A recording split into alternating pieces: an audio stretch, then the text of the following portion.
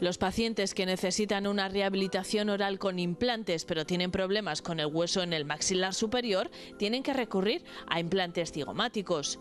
Los implantes cigomáticos son unos implantes que se van a anclar en la zona del pómulo y que nos van a permitir colocar una prótesis provisional al día siguiente o a los 2 días sobre los propios implantes. A la técnica con implantes cigomáticos sumamos hoy una tecnología con neuronavegador quirúrgico que se utiliza antes y después de la operación. El neuronavegador lo que nos va a permitir es disponer de un escáner intraoperatorio, el cual realizaremos antes y después de la intervención. Antes de la intervención, ese escáner nos va a servir para tener las imágenes radiológicas del paciente. Y mediante una cámara de luz infrarroja, esa cámara nos va a permitir integrar dentro de ese escáner dónde estamos trabajando con nuestro instrumento.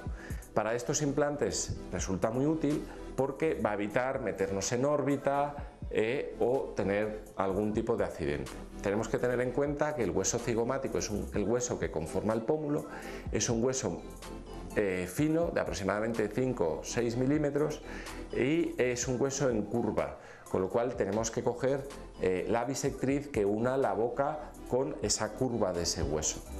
Por lo tanto, nosotros mediante este dispositivo vamos a poder colocar el implante y saber por dónde estamos trabajando sin tener un accidente, como por ejemplo meternos en la órbita. Conocemos esta técnica a través de un caso concreto, el de Marta, que aparte de la patología oral presenta una intolerancia a los corticoides, los fármacos que a nivel intra y postoperatorio permiten disminuir la inflamación en los pacientes. Como veis, pues es una paciente dentada en la mandíbula, pero desdentada en el maxilar superior.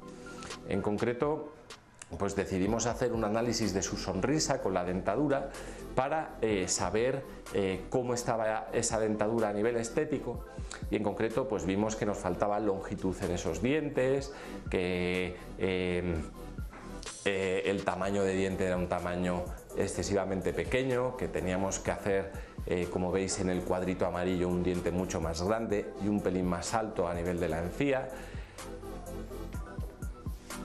Hicimos una planificación de cómo deberían quedar esos dientes dentro de un software informático.